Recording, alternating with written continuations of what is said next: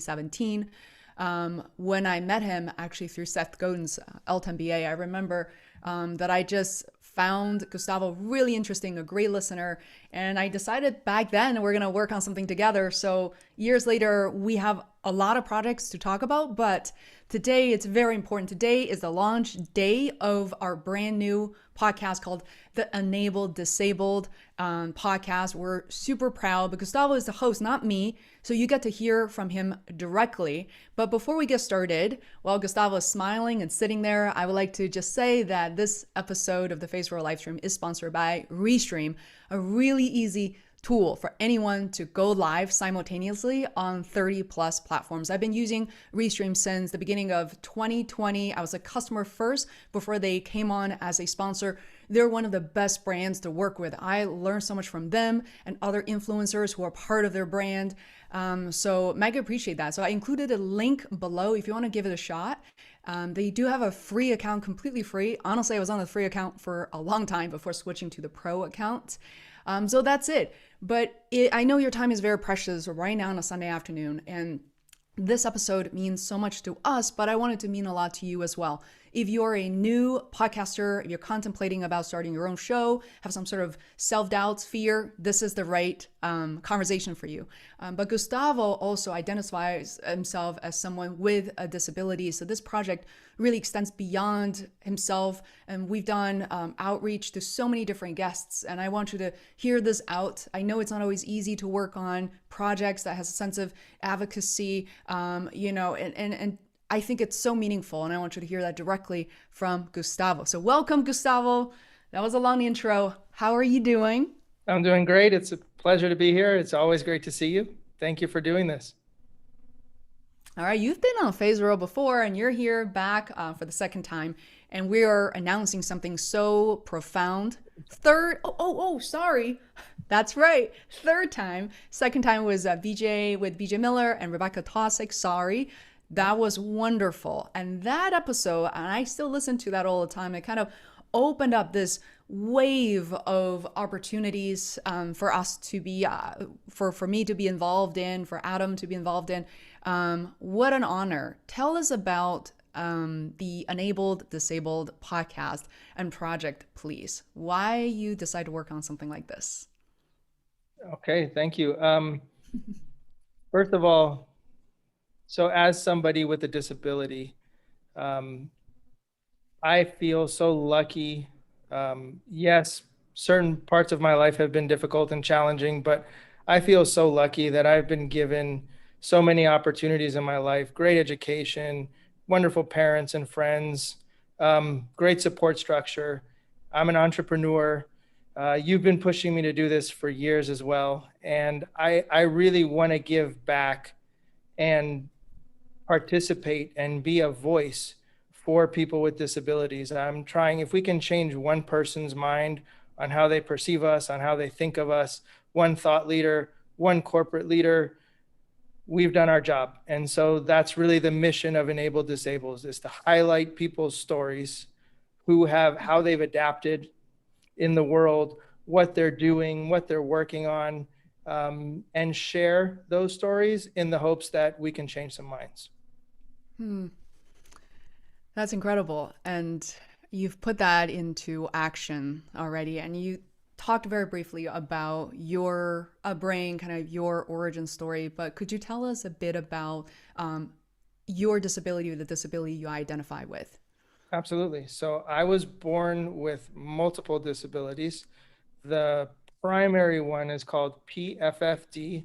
It's proximal focal femoral deficiency. So my femurs are much shorter than most people's, and my right hip is fused. So I use a prosthesis on my right leg and a brace on my left leg. I was also only born with one arm. So I was born in 1976, and when I was born, there were only 12 other documented cases in the world of people like me. So Wow. My parents, had quite a journey to get to the United States and find the right doctors and help fight for the opportunities to be here today. Mm. And then This to me, even though I made it sound like we've been talking about this forever, and I'm really comfortable talking about disability and disability with you, you really open up that I think just this space for me and the knowledge and the words I learn to choose to use when I speak with someone who identify with a certain type of disability. But I must say that when we first met, talking about business, we talk about business growth for the company you've been running, which is a phenomenal establishment called pureaudiovideo.com for anybody who want to check it out. But we really didn't really talk about disability for the longest time. We met up in person in the summer of 2018. We didn't really talk about it much back then. So I was really hoping that at one point, with your trust, I will not only be able to talk about it, but work on something so profound. So it's a moment for me. But why do you think, I guess with me or with anybody else, did you choose to avoid the subject, or something that what made you feel like now is the time? And what was that kind of mindset shift like for you? Interesting. I didn't avoid it. I did speak to it in certain alt MBA cohorts when it was relevant. And I think that when we met in person in that alt MBA gathering,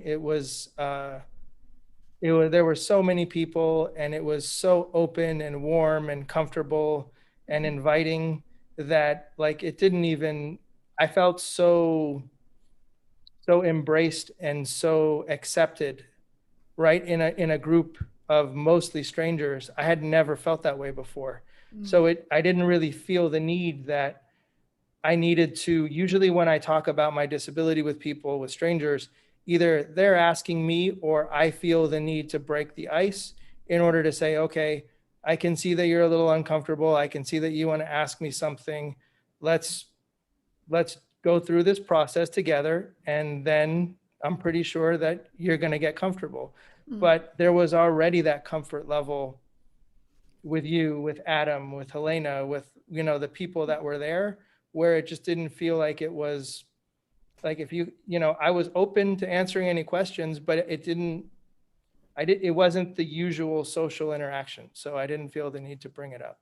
Wow. Um, and I think now, to answer the second part of your question, I think something that one of our guests, Fernando, said really struck a chord with me, that, 2/3 of all people with disabilities in the United States are unemployed.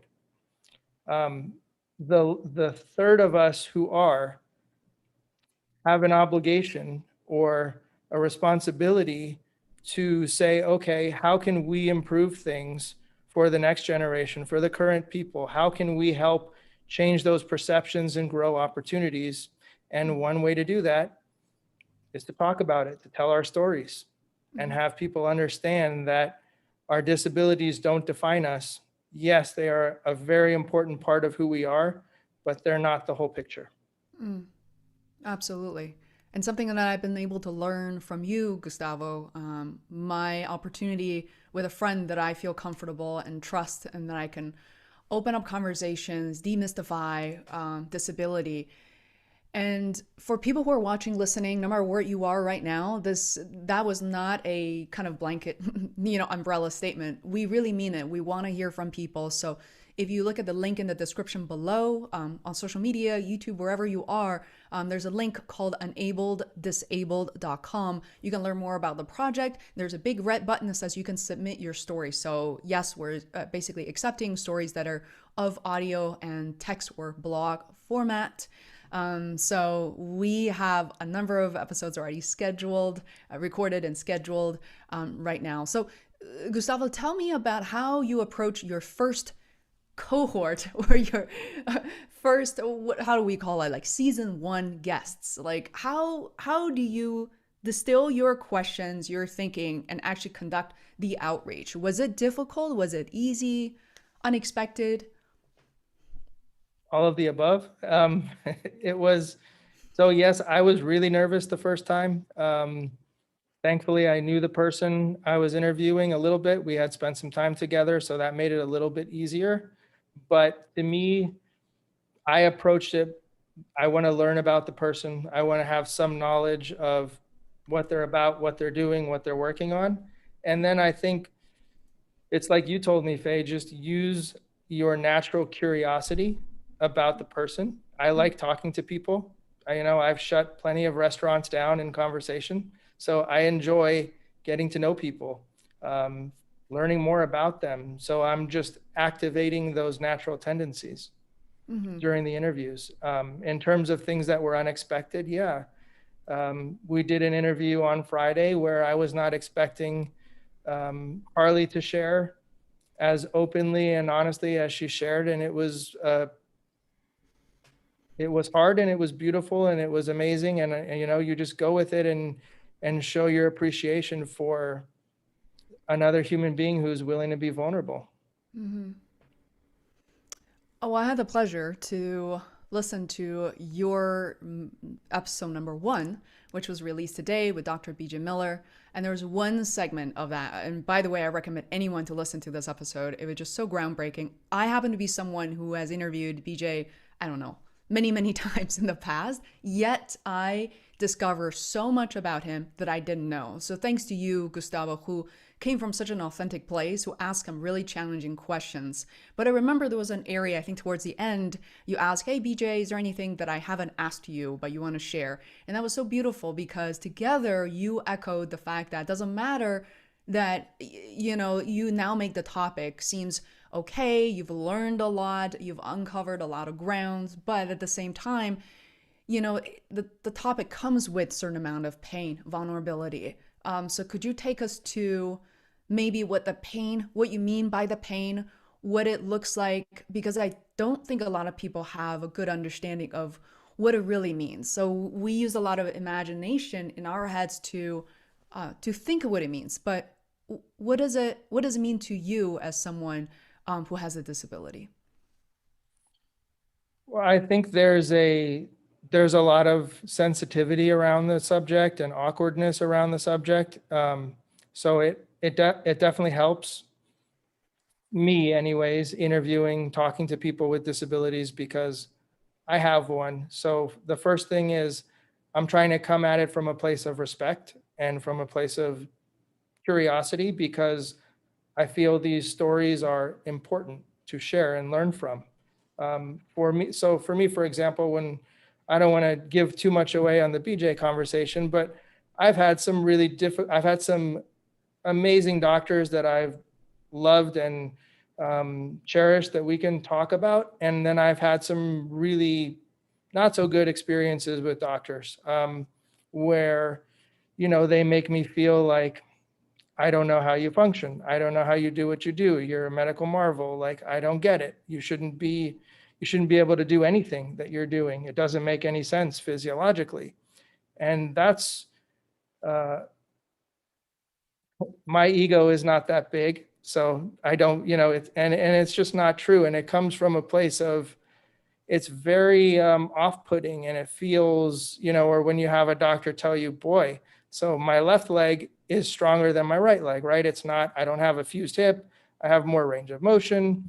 When you go to a doctor's office and they tell you, boy, wouldn't it have been great if you had been born with like two left legs instead of your right leg? How do you react to that? Well, sure, it would have been great if I had been born in Michael Jordan's body, I guess too. Like, I don't know, like what do you do with that information?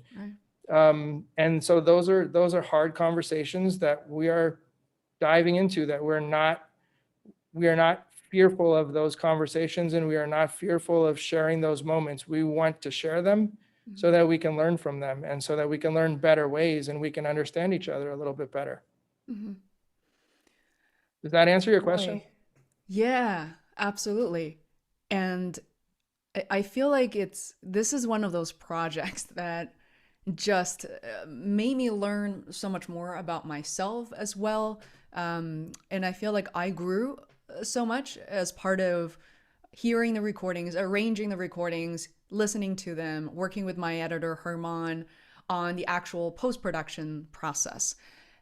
And you know, one thing with all of this, Gustavo, is that you and I, like, I know we've made this interview sounds pretty official, but there are moments where we're just like pausing, we're giggling and thinking, how is this possible? I mean, for people out there who knows that I've been running this show live stream, and before this was just a regular podcast for since 2014. You know, I've had sometimes struggled with having guests booking the appointment. And we have a single link, Calendly or Acuity booking. It takes so many back and forth.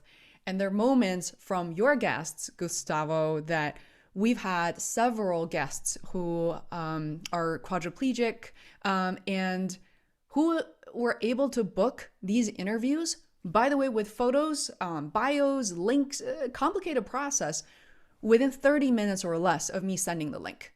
And it was done beautifully. They answer every single question. Yet I personally struggle with the word ableism as well. So these so-called able-bodied people, including myself, are somehow struggling with the most basics of technologies. Like, how do you interpret, how do you process this? Gustavo, please help us.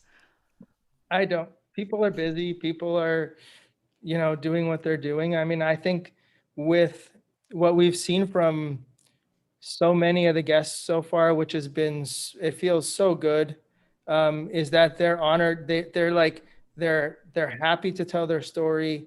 They're honored that to be on the show. I'm honored to have them on the show. And there's the sense of, we're actually doing something important. We're doing something that matters. These stories need to be told. And so they're jumping at the opportunity when they hear about it.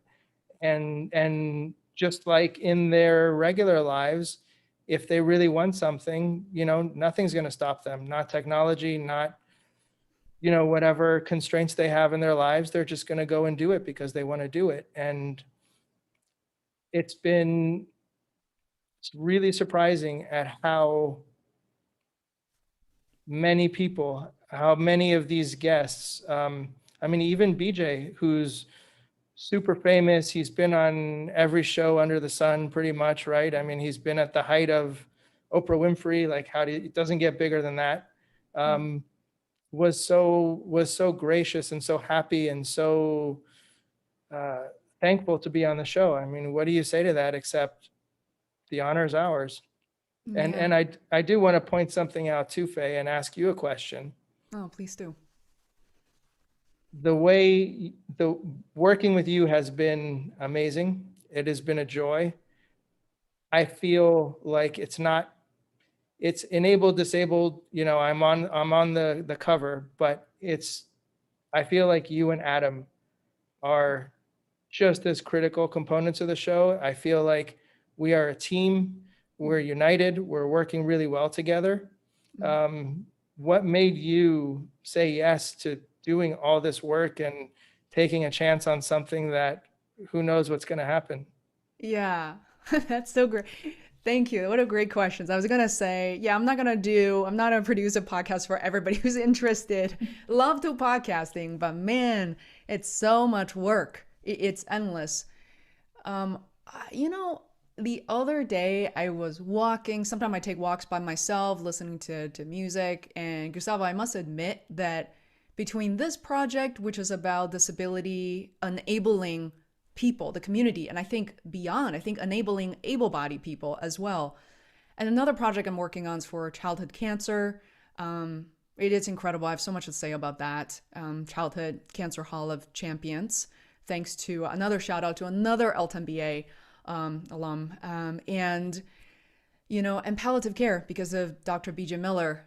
This triangle and maybe some other aspects of these projects made me feel like my life and my being is really quite fulfilled. It makes me feel like my life has so many different meanings. Well, has meaning in general than what I thought was possible. Working for Fortune 500 companies, the house I'm living in, the brands or the brands I'm wearing, none of this really matters. But when you, as a one-person team, as a three-person team, three people, just the three of us, can reach out to so many people and put a smile on their faces.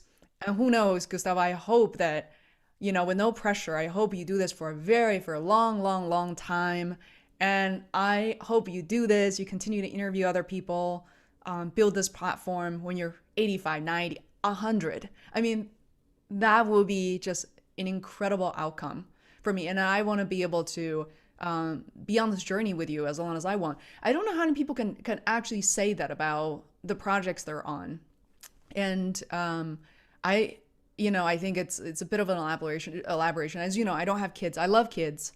I don't have kids, and I hear about this thing from parents all the time, right? Like they kind of they have all their hopes and dreams like kind of embedded in their children. They're so happy to see everything. I sort of feel the same way about our podcast. About it's like every person who joins. My mom knows. My mom sees me running downstairs, and I'll be talking to her breakfast, lunch, and dinner. She's still today. We've been on this for 2 months. Today, she's like an hour. She's like, oh, I feel so profoundly fulfilled by this, and she's just an observer. You know, That's uh, amazing.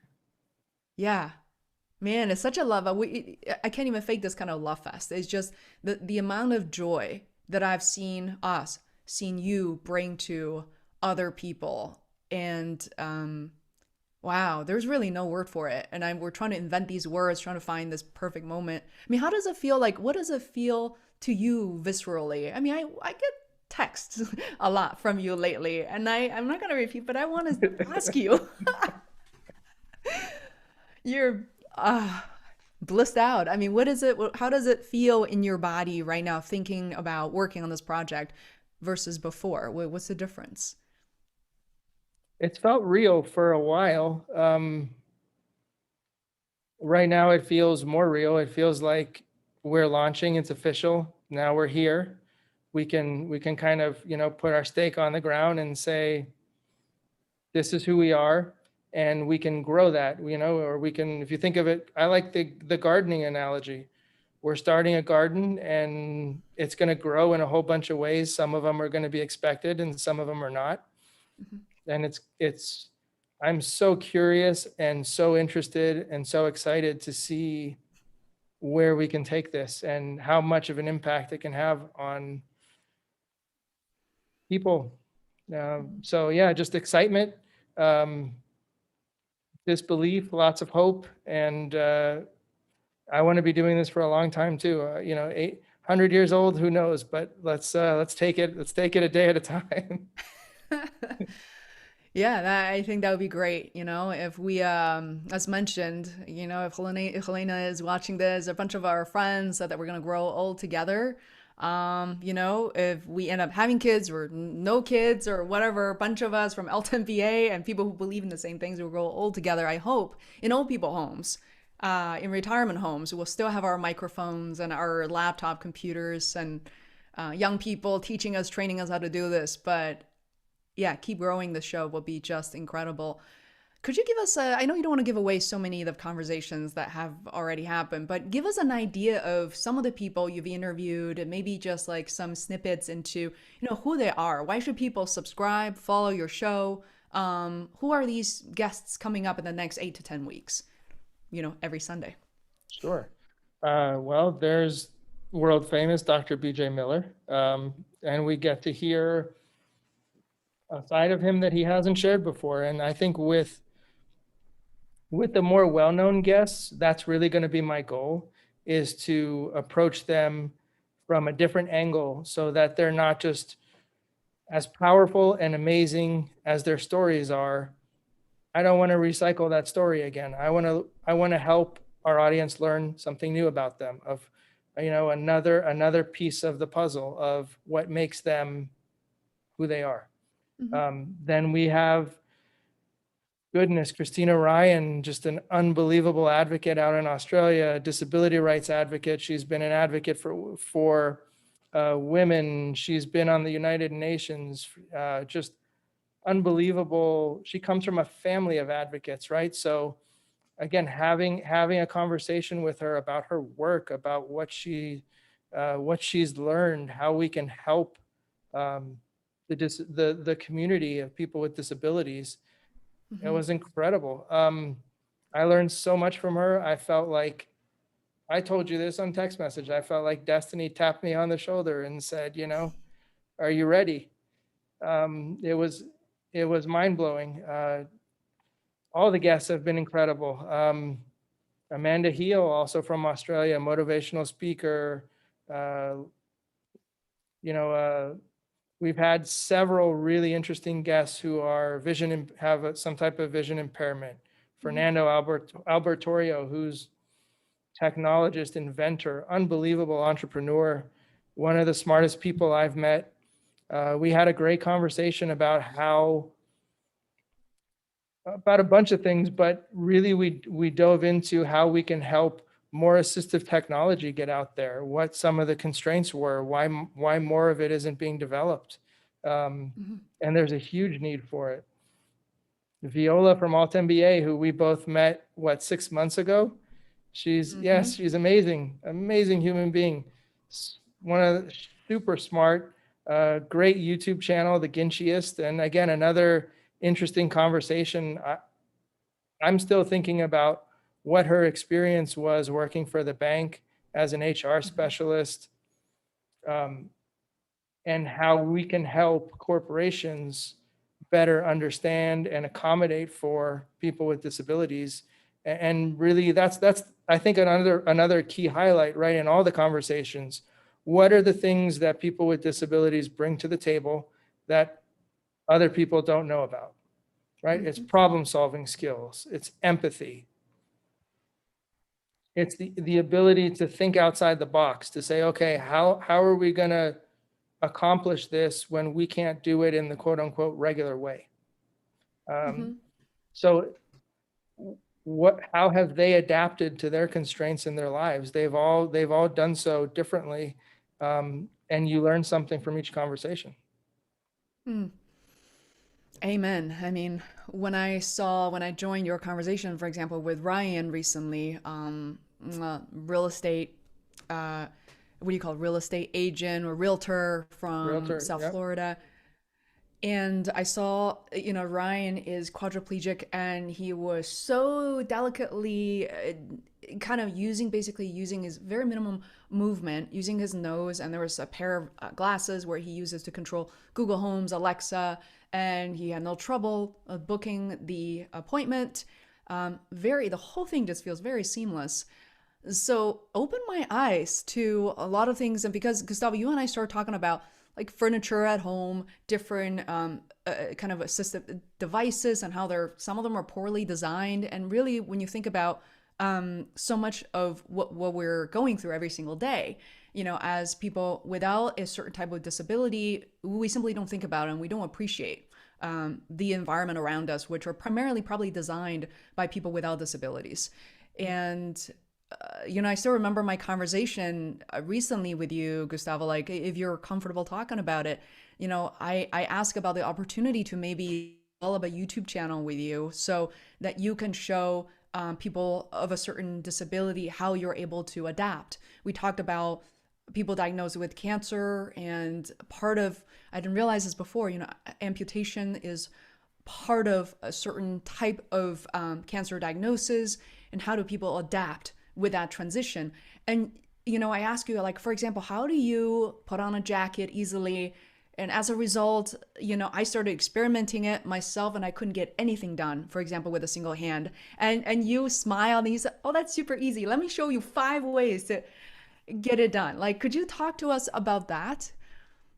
Yes, Of we're Yeah. definitely going to do that. We're definitely going to do that, and Kika is going to help us out with that too. So she is a massage therapist, and she's also certified in muscle activation, and she helps uh, train me and take care of me. And so yeah, we're going to do videos on how to put on some different strategies on how to put on a jacket with one arm, right? Because I had to learn how to do that, and there's a bunch of different ways to do it. Or how do you row with one arm on a row machine? Or how do like, we're going to explore a bunch of different aspects of that. And one of our guests too recently, Linda, who's a martial artist who had a has a disability now, and I think it'd be great to show videos with her cane, Mhm. and how we can do maybe some Tai Chi to help loosen muscles up and strengthen muscles. So I think there's a whole range of videos that we can do, that we will be doing, Hmm. that I'm excited about. Absolutely. Mm. That I think that's super exciting. Do you, by the way, do you still remember when you had to learn these skills? Do you remember being, I don't know, 3, 4 years old and have to kind of consume and learn everything all at once? Or was it more of a, like a gradual process for you? It was a gradual process. So when I was young, uh, I would I could put on a shirt pretty easily, but my parents had to help me get dressed for a while. Then you start to learn, gradually how to do it yourself. And occupational therapists helped with that. Just trial and error helped with that. I mean, putting on a jacket, I grew up in California, so I didn't have to use a jacket all that often. But when I did go to Chicago for undergrad, that was trial and error. Okay, do I have to kind of grip the other side of the jacket with my mouth, or do I have to, how do I do it? So it was awkward for a while until you practiced it and you tried out different things and you thought about it like, okay, what if I zip the jacket up before I put it on? At least, Mm. it doesn't have to be all the way, but part of the way. That's really easy to do, and that's made it easy. Um, or if I'm leaning, so I don't have a right arm, right? So if I'm leaning up against a wall on my right side, that part of the jacket isn't going anywhere. So it's a lot easier to zip it. Wow. So there was a lot of trial and error. Yeah. Wow. That's beautiful. And you mentioned it, I'm learning so much more about you in the past year or so. Let me just open this up to people who are listening, who are watching. You also have coached basketball. You play tennis for hours. I know I have not played tennis for hours. You go swimming on a regular basis. Could you tell us about that? Like how you're able to adapt to these sports and what you had to learn to pick them up or perform to a certain level? So interesting. So we talked about this some with Dan James, that was another great interview. He was the U.S. Paralympic coach for wheelchair tennis. And Hmm. sports for me was not just something that I loved as a kid, but it helped me participate. It helped me um, show people that I belonged. I remember when I was in the second grade, I went to an amazing school, and there was two sports that they played there. It was a small private school in California called Walden, and I think there was like second through fourth grade, fifth grade maybe, and there was a girl there who was a fifth grader. We played handball and we played tetherball. That was basically the sports on the playground that everybody played. I was sitting there first day at school. I'm nervous. Like, I don't know how to, never played handball. And there was this fourth or fifth grade girl. She was like super athletic. She was kind of like the leader of the playground. And she was just like, you're going to play and we're going to give you two bounces and like, they can't hit the ball over your head. And that's how I started to learn to play handball. But she said, no, Gustavo, you're going to play like just like everybody else is. This wasn't like teachers directing it. This was just a bunch of school kids on the playground. And she taught me how to play handball and she taught me how to play tetherball. And I played it and I loved it. So sports was a way to participate, to learn, to grow. To call out some very famous names, I went to Magic Johnson's basketball camp when I was young, and I have a picture with them. I went to Byron Scott's basketball camp when I was young, and they never said no. They never said, oh, you have a disability. You don't belong here. You can't play. No, they accepted me. They said, yes, you play basketball. Great. Here's the age group. Let's play. Let's get better. Let's love the game. Um, I got into coaching basketball because there was a coach at Magic Johnson's basketball camp who said, look, Gustavo, you're shorter than the other kids. It's great that you love the game of basketball, but if you want to participate as you get older competitively, you should coach. Mm, And I did. And it was an amazing experience. But again, sports for me equaled participation mm. It and wasn't acceptance. participation and acceptance. It wasn't just like a competitive play. It's not that you're trying to, for a lot of us, I think when it comes to sports, at least from my memories, growing up in a kind of a very competitive society in general, height was very important. I was pretty good at basketball, but they would never put me on the team because I'm 5'4", and the other kids were at least 5'7", 5'8". I feel there were a lot of kind of excuses and requirements that are kind of, I had to navigate around as well. But my God, compared to your story, I feel like there was nothing really for me to avoid or to say no to.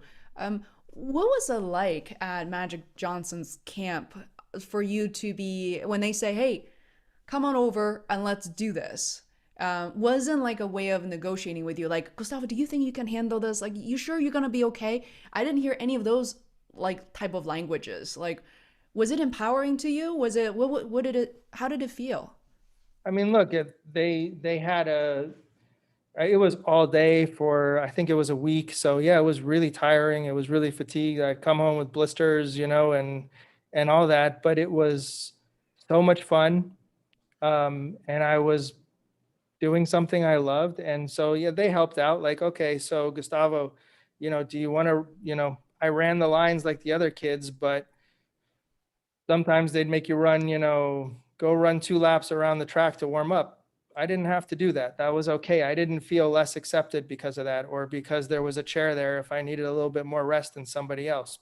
Mm-hmm. They made little adaptations that still made me feel like I was a part of the group. Like I never felt left out. I never felt different. If anything, I was appreciated and celebrated.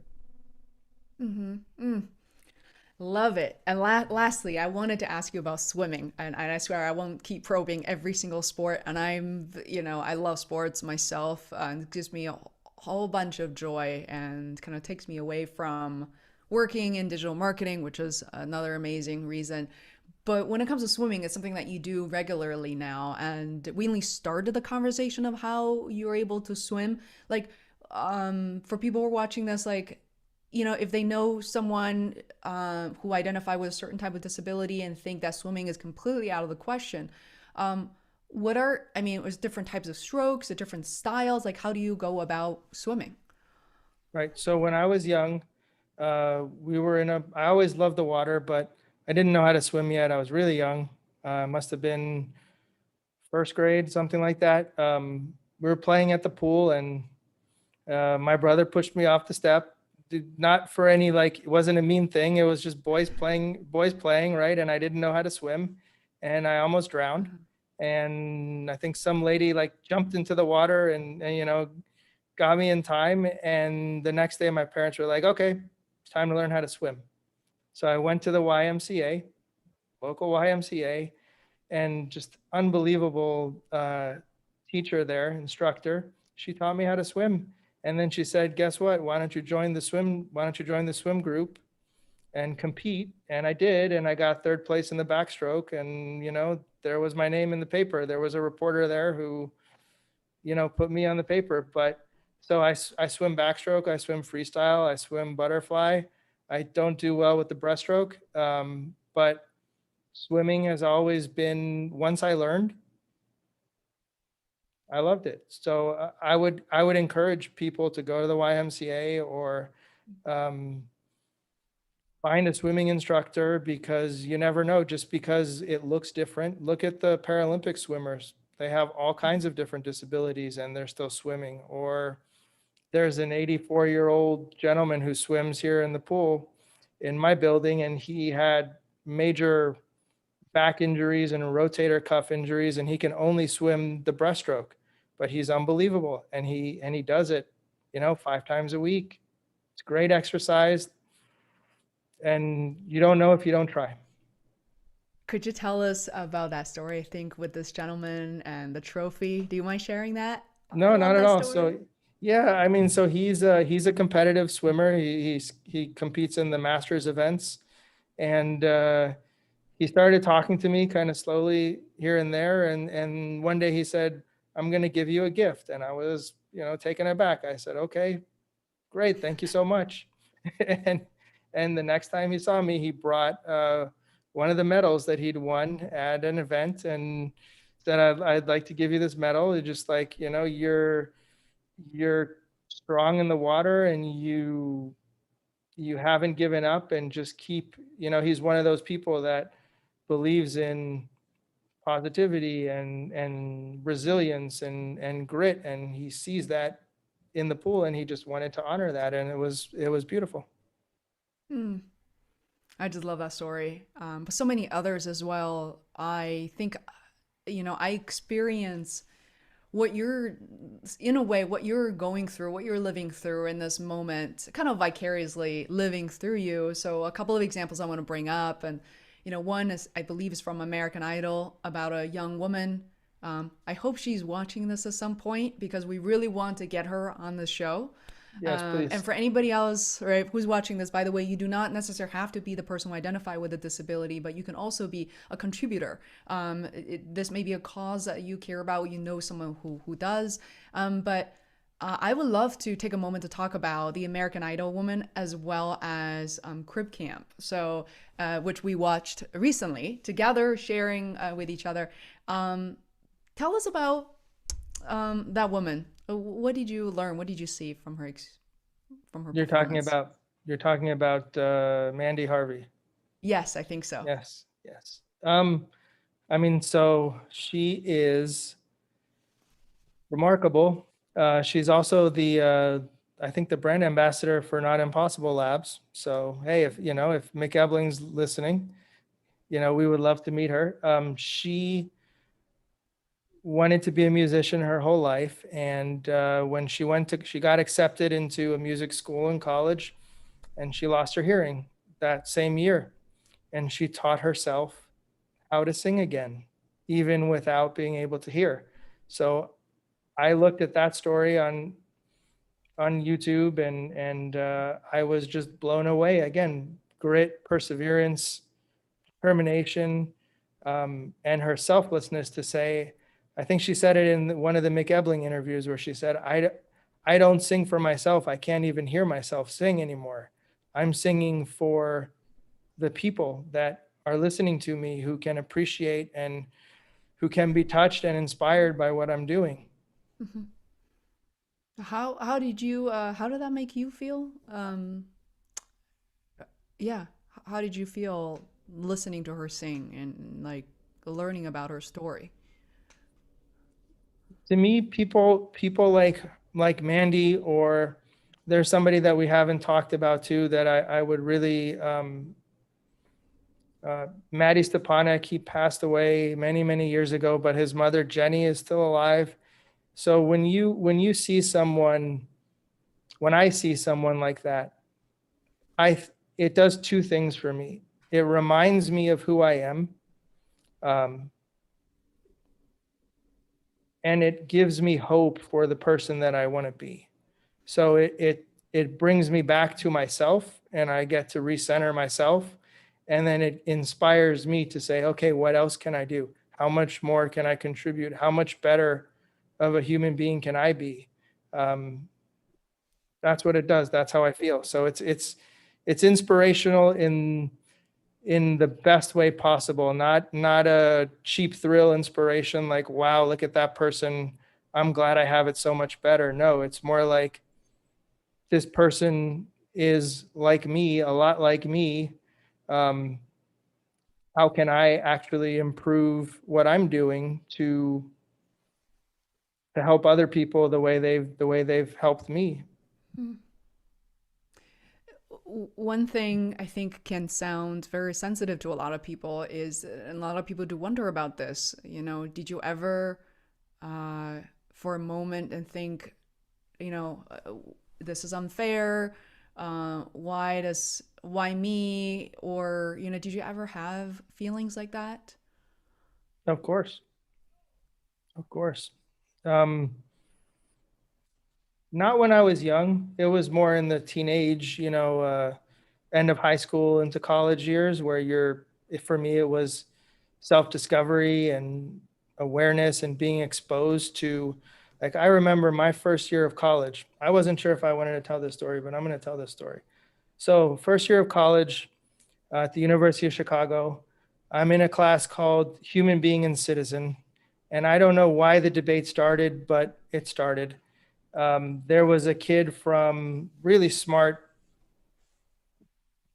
I don't remember his name, really smart guy from one of the science academies who basically flat out said in class, everyone with a disability is a waste to society, they're a burden, and we should commit genocide on them. Like they don't belong here.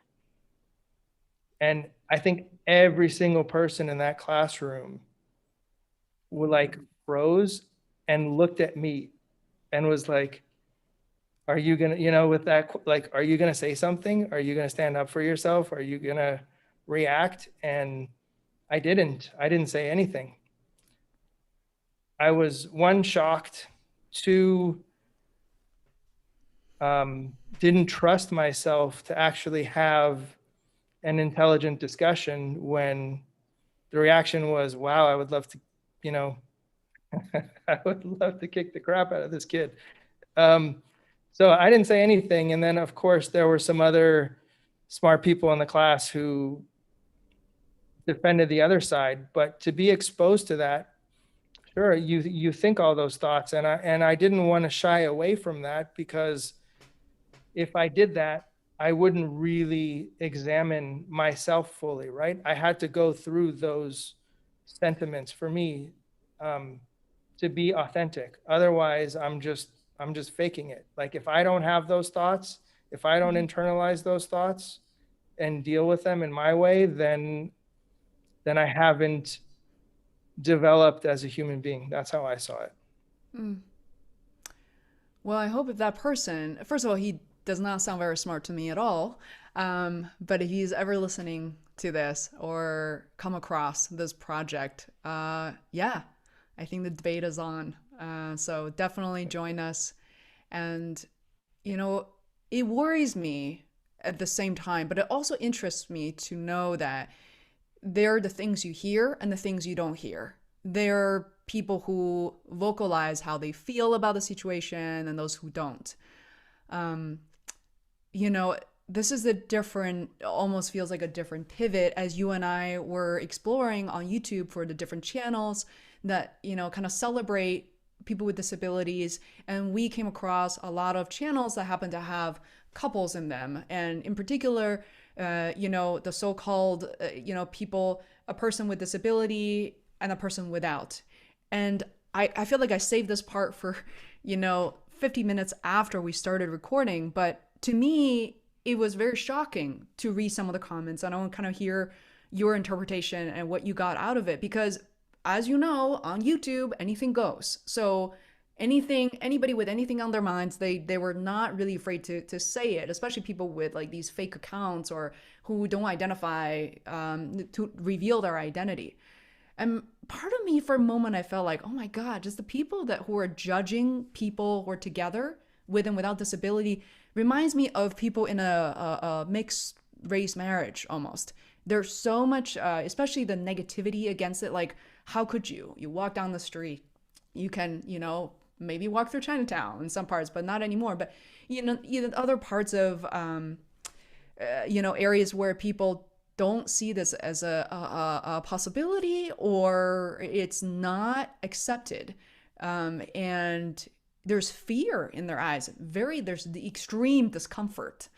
So how how did it hit you? And when you're talking about when you were younger versus now, like, I mean, I think so. One of the, I don't know, unfortunate is probably not the right word, but one of the, about my background, right, is I never really had a lot of interaction with other people with disabilities. So um, it's unfortunate in the sense because now in retrospect, it would have been great to have been exposed to those communities more. But I was always the only one or one of the only ones. I know like in University of Chicago is a pretty big school. I'm sure there were other people there with disabilities. I just never saw any of them. And for me, I've had girlfriends who were not disabled. I'm super open to dating people who are or are not. Like that doesn't matter. That's not the important point. I feel like there's a lot of those people out there, like in my school, who think that we're a burden, who think that we don't belong, who think that, why would somebody without a disability ever be with somebody with a disability? I'm sure there's tons of people who think that. I wish that those YouTube channels wouldn't even focus on that so much, because for me, at least for me, it's irrelevant who I'm with or who I'm not with, or they're with me for the reasons they're with me, and I don't need to share that with anybody. So I have a different reaction. Like maybe it's still old school where your dating life is private and your work is something else. But I've seen people with disabilities who were with people that weren't, and they seemed accepted and they seemed fine. And there was, I didn't judge them. And I hope there's more of that to come, because it doesn't, there's a lot of reasons for it, Faye, but how does it make me feel? I have mixed feelings about it. I think we need more openness, and we need to have more of those conversations. But at the same time, there's an element of it that's private, that is between you and that person. Yeah, I would agree. And I'm, on one hand, I'm really thrilled to see there's so many channels on YouTube and YouTube like platforms that now have these shared conversations. But when you look at the fuller scope of the types of topics and channels, topics around disability, it's still a very, very small subset of the world of, content creation. So unfortunately, I think, fortunately, they're starting, but unfortunately, I feel like it's not all encompassing, and it's a little bit, single dimensional, and the focus is rather narrow.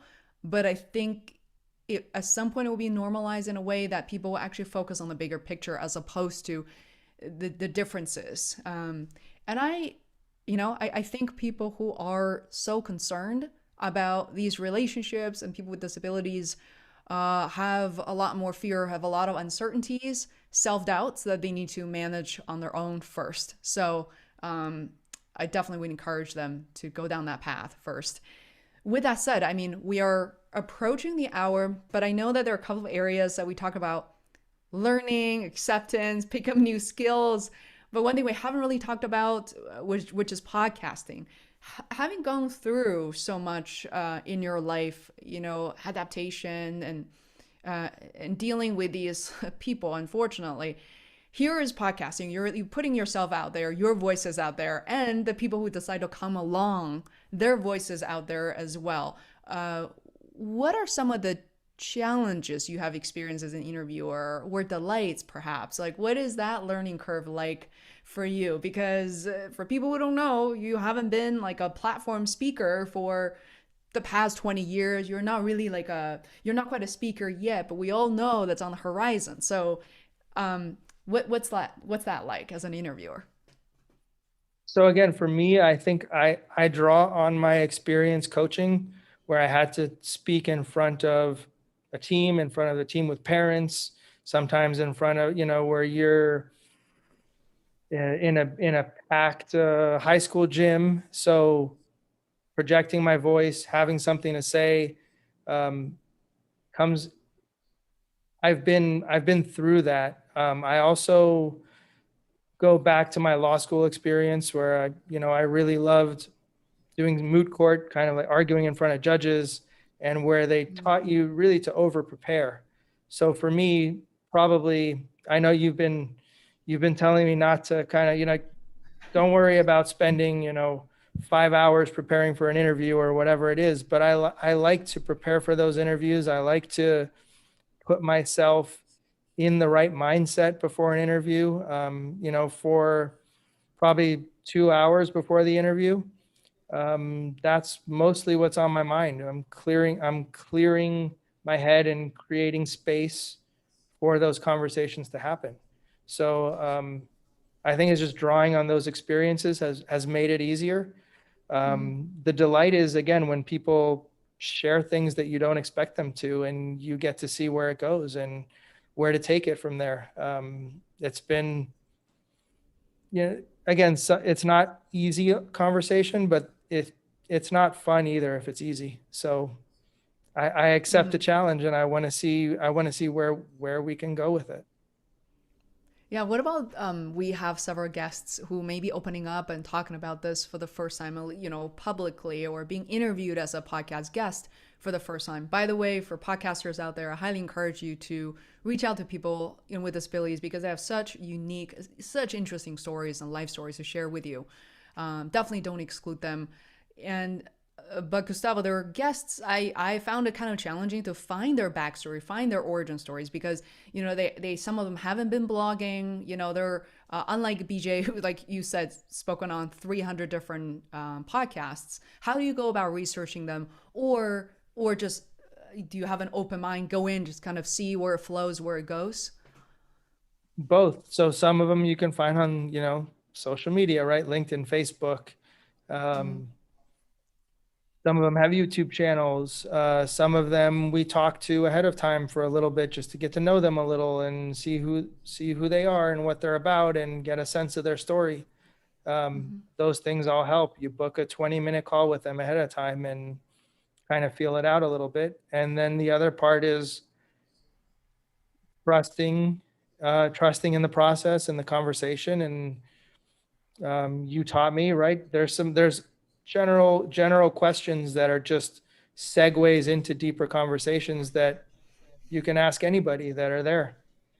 And Mm-hmm. and also listening to other interviews and listening to other podcasters. I've been listening to podcasts for years, whether it's Feisworld or Tim Ferriss or James Altucher or, just the litany of podcasts, great podcasts out there. You learn how do they ask questions? How do they talk to their Mm-hmm. to their guests? Which interviews were really, really good and which ones kind of fell a little flat. So it's just Mm-hmm.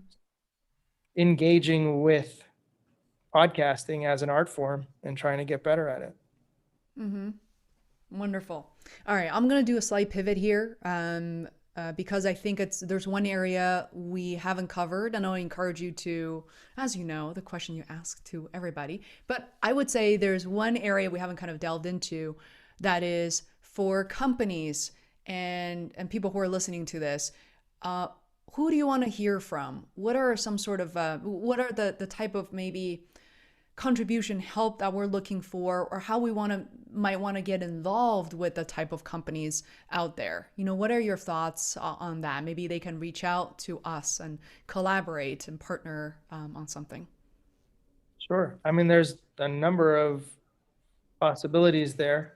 Um, One, I think it would be great to have a company sponsor the show, maybe a company that's working on assistive technology or is more open to assistive technology.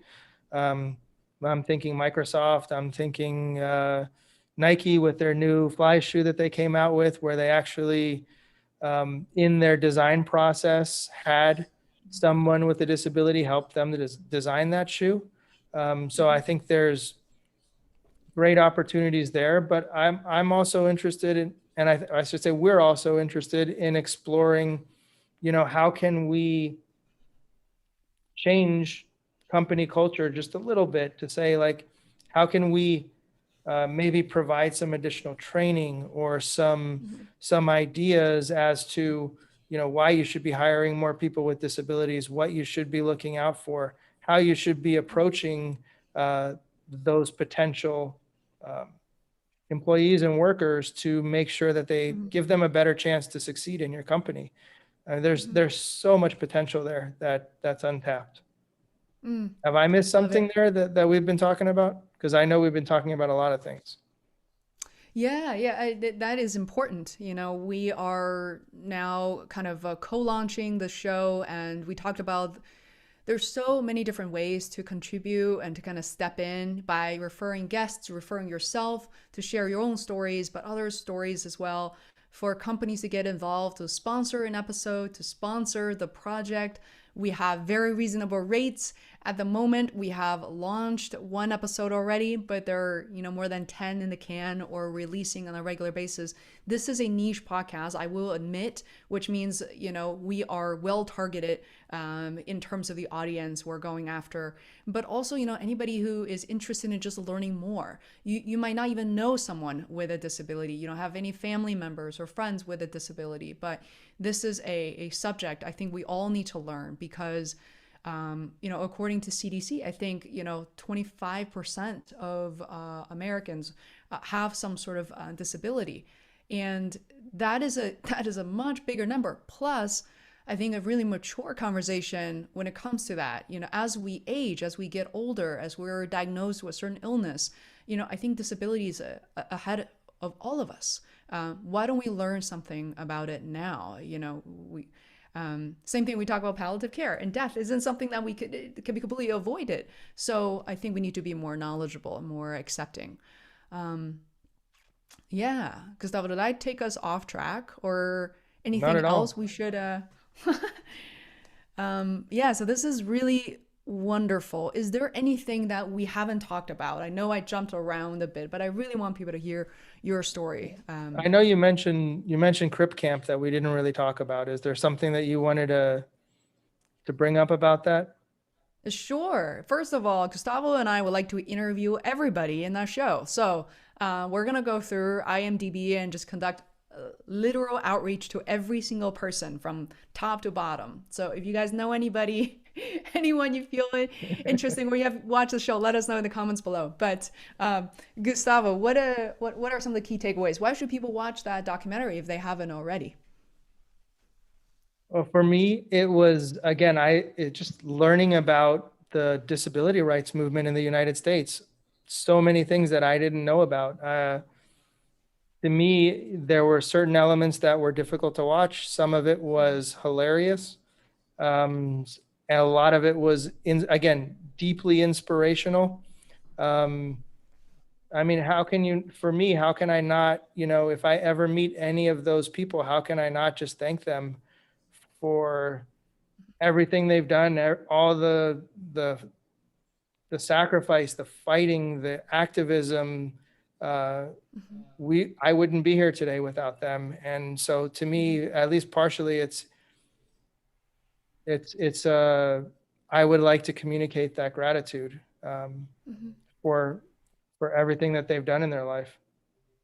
Yeah, highly recommend, guys. I mean, it's executive producers, I believe, is Barack and Michelle Obama, and it's an incredible project. It's a film, definitely. There are many delights as well. There are moments that are just hilarious, and it's just so funny, so human, and I think it brings us closer. And I have such high hope for this project, also for this podcast, Gustavo, because I realize that, for me who have lived here in the US for 20 years and 17 years prior to that in China, I must say that I've had the opportunity to bring a lot of my friends to China. Some of them just went on their own, but every person who came back to the States and said, wow, now I know so much more about China. The people, the culture, even the politics, the mundane stuff, so different than what I have learned through mass media here in the States or Europe, anywhere else. I get to know the people, why they're lovely,